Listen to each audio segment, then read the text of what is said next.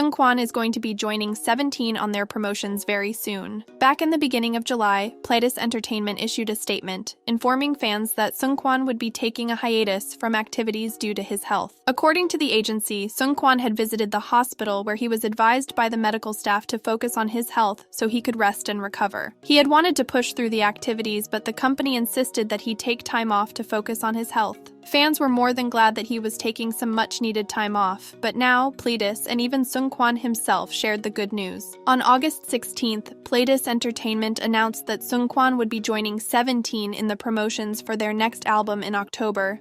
They went on to say that he was putting great importance on his recovery and they were discussing the timing of this comeback, but it's expected that he would meet fans again in September at the latest. Seungkwan also talked to fans himself on Weverse, making a lengthy post to update them on his well-being. He said that he missed the fans so much, but said that it was the first time that he took a proper rest period. He said, "I've had a brief few days off, but this hiatus has given me an opportunity to truly reflect, recharge, and prepare to move forward again." Seungkwan went on to say that he even felt guilty about the fact that he was resting since the members had to fill in for him, and he was afraid that he was becoming a burden. In the end, he made sure to tell everyone that he was eating and sleeping well, assuring them that they had nothing to be worried about. Fans are glad to see him back as he's been missed. Former Teen Top member, Cap, has gotten very honest about everything that idols go through, including being inappropriately touched by fans. He held a live stream which was later uploaded to his YouTube channel with the title, "Since When Did Idol Become a Quasi-Love Job?" Since he's been an idol for 14 years, he's shared that the idol culture is getting a lot worse because of corporate brainwashing, as the idols get brainwashed by the companies to not smoke, drink, or date, or otherwise they'll get ruined. He then said that idols do a lot of physical labor when they're trainees, but this turns into emotional labor once they make their debut.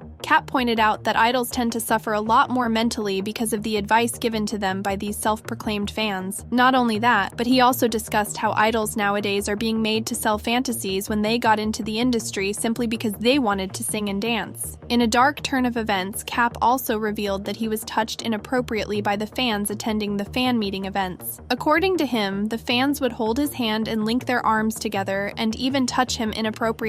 Not only that, but they would even reveal their chest to him. The fact that the fans think that they own the idols they stan and can do everything to them has been known for a while, but hearing idols talk about this themselves is heartbreaking. After all, they're performers, not stand-ins for fans' fantasies. EXO's Chen will be holding his wedding sometime in October. As you might very well remember, he announced that he was married to his non-celebrity wife in January of 2020 and even delivered news of his wife's pregnancy. His first daughter was born in April of that year, and his second daughter was born in January of 2022. So yes, the couple were already married and had 2 daughters, but they never held a wedding ceremony. Well, Spot V News reported that Chen and his wife would be holding a private ceremony, which would be attended by his close family, friends, and of course, the rest of the EXO members. SM Entertainment confirmed the news and fans were really happy. International ones at least. A fan commented, "I'm so happy for him. I hope everything goes well and the ceremony is everything he and his wife hoped for after waiting for so long." Korean netizens, on the other hand, are losing their minds over the news. Even netizens that claim to have supported him feel like Chen is doing too much by holding his wedding 3 years after he got married. There were accusations that he was holding his wedding so he could invite guests this time and collect money from his acquaintances. Others claimed that Chen was deceiving his fans with the wedding, but the normal fans really don't understand what this even means. An angry netizen wrote, "Idols are people too, so I'm the type to understand when they get married and start a family when the time comes, but he's a bit, I don't like it because he seems to deceive his fans too much. However, this doesn't make any sense."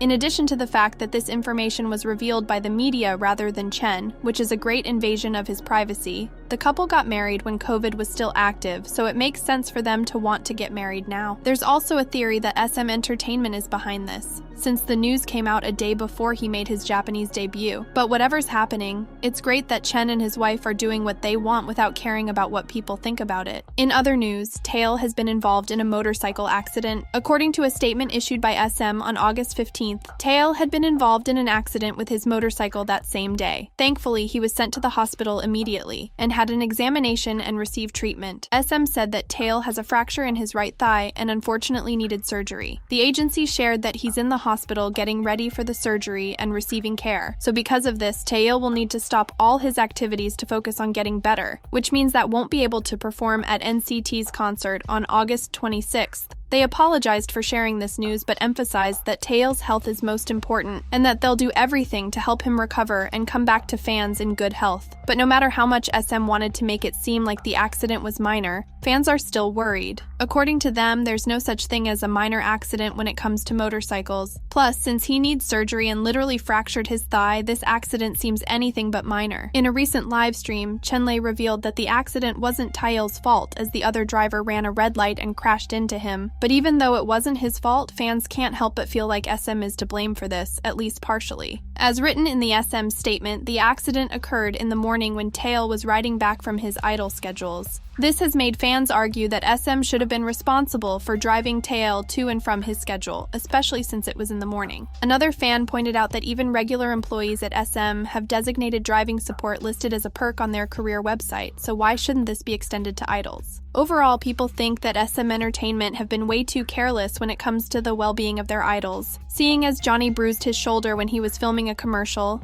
Kun got injured, and Taeyong has been practicing while also attending his solo schedules. While it's debatable whether SM is really to blame for everything, we can't argue that the NCT members have been worked to the bone lately, and it's taking a toll on their health indirectly. We hope that he gets better as soon as possible and his surgery goes well. 50/50 are going to be having a comeback, but it's messier than ever. Even though they're in the middle of a lawsuit to terminate their contracts with their company, 50/50 have revealed that they will be releasing a new version of their hit song Cupid, featuring singer Sabrina Carpenter, which will be coming out on August 18th. This announcement comes after Cupid rose to number 25 on Billboard's Hot 100 chart, marking the 21st consecutive week that the song has charted. But even though they're still releasing music despite everything, the lawsuit isn't going so well. On August 16th, TV Daily reported that the members of 50/50 told the court that they didn't want to settle with Attrakt. Earlier, on August 9th, the Civil Settlement Division 50 of the Seoul Central District Court held a mediation session for the lawsuit filed by the 4 members of the group against their agency. This session lasted about 2 hours and involved members' parents, Attrakt's management, and representatives from both sides. However, no agreement was reached, even though the court recommended further discussions by the 16th in the hope of reaching a settlement. Since the 50/50 members informed the court on August 16th that they were not interested in settling, the legal proceedings regarding the exclusive contract dispute between 50/50 and Attrakt are expected to resume. But even though the Korean netizens are criticizing the members, the international fans have switched on blaming the parents of the members. A commenter wrote, "Sena's mother, Aron's mother. That says it all, let's be honest. Parents want to milk their kids. Where were the girls? It's their contract, their career, their future. Whatever the reason is, some people just can't comprehend why the girls would go so far to ruin their careers in Korea, seeing as they probably won't be able to promote in the country since netizens have basically turned their backs on them." The outcome of this lawsuit will be interesting to watch, so stay tuned for more updates. Thank you for watching today's video, and we'll see you next time.